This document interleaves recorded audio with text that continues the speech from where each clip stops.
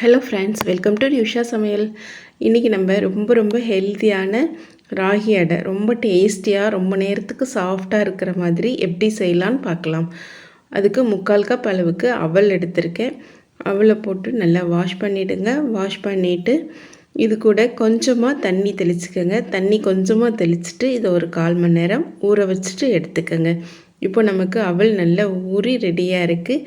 இதை நல்லா கையால் நல்லா பிசைஞ்சிட்டு எடுத்துக்கோங்க, அல்லது நல்லா மசிச்சுட்டு எடுத்துக்கோங்க. இந்த அளவுக்கு பிசைஞ்சு எடுத்துக்கோங்க. இப்போ இது கூட நான் 1 கப் அளவுக்கு ராகி மாவு எடுத்துக்கோங்க. 1 கப் ராகி மாவு, பொடிசாக கட் பண்ணி வச்சுருக்கிற பச்சை மிளகா, இஞ்சி அது கூட சேர்த்துக்கோங்க. அது கூடவே பொடிசாக கட் பண்ண வெங்காயம். 1 கப் ராகி மாவு எடுத்தால் 1 கப் அளவு வெங்காயம் சேர்த்துக்கங்க, ரொம்ப டேஸ்ட்டாக இருக்கும். அது கூடவே பொடிசாக கட் பண்ணின முருங்கைக்கீரை, அது கூடவே கொத்தமல்லி, கருவேப்பில்லை பொடிசாக கட் பண்ணிவிட்டு எடுத்துக்கோங்க. அது கூட தேங்காய் துருவல் சேர்த்து செய்யும்போது ரொம்ப டேஸ்ட்டாக இருக்கும். இதுக்கு தேவையான அளவு உப்பு அது கூட சேர்த்துக்கோங்க. சேர்த்துட்டு இதை நல்லா கையால் பிசைஞ்சிட்டு எடுத்துக்கோங்க. வெங்காயத்தில் தண்ணி இருக்கும், அவல்லையும் கொஞ்சம் தண்ணியாக இருக்கும். அதனால் நல்லா மிக்ஸ் பண்ணி கலந்துட்டு எடுத்துக்கோங்க. இந்த அளவுக்கு கலந்துட்டு இப்போது தண்ணி நான் கொதிக்க வச்சுருக்கேன். நல்லா வெந்நீர் ஊற்றி பிசைஞ்சிட்டு எடுத்துக்கலாம். கொதிக்கிற தண்ணி ஊற்றிட்டு இதை நல்லா ஒரு ஸ்பூனால் எல்லாத்தையும் நல்லா மிக்ஸ் பண்ணிக்கோங்க. நல்லா மிக்ஸ் பண்ணிவிட்டு நம்ம கை பொறுக்கிற சூடு வந்தோன்னே இதை மாவை நல்லா பிசைஞ்சிட்டு எடுத்துக்கோங்க.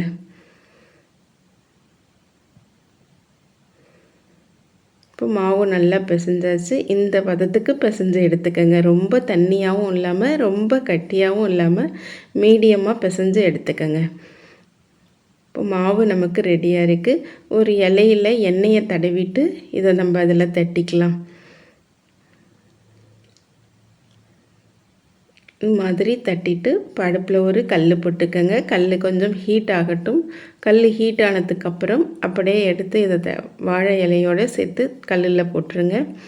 கொஞ்சம் நேரம் கழித்து அந்த இலையை அப்படியே எடுத்துருங்க. இப்போ அழகாக வந்திருக்கு பாருங்கள். இப்போ இதை மூடி போட்டு கொஞ்சம் நேரம் வேகட்டும். ஒரு 2 நிமிஷம் வேகட்டும். இப்போ எடுத்துருங்க. இப்போ இது கூட கொஞ்சம் எண்ணெய் சேர்த்துட்டு ஒரு நிமிஷம் அப்படியே வேகட்டும். ஒரு பக்கம் வெந்ததுக்கு அப்புறம் நம்ம இன்னொரு பக்கம் திருப்பி போட்டுக்கோங்க. அடுப்பை மிதமான தீயில் வச்சுக்கோங்க. இப்போ ஒரு பக்கம் நல்லா வெந்துடுச்சு, இன்னொரு பக்கம் வேக வச்சு எடுத்துக்கலாம். இப்போ நமக்கு இன்னொரு பக்கமும் நல்லா வெந்துடுச்சு. 2 பக்கமும் அடை ரெடி ஆயிடுச்சு. இதையே நம்ம டைரெக்டாக கல்லுலையும் தட்டி எடுத்துக்கலாம். இன்னொரு மெத்தடு, கல்லில் நம்ம ஒரு உருண்டையை வச்சுட்டு இந்த மாவு மேலே நம்ம கையை வச்சு தட்டணும்.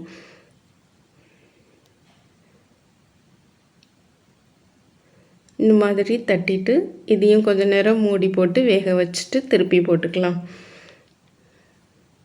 இப்போ திருப்பி போட்டு 2 பக்கமும் வேக வச்சு எடுத்துக்கோங்க.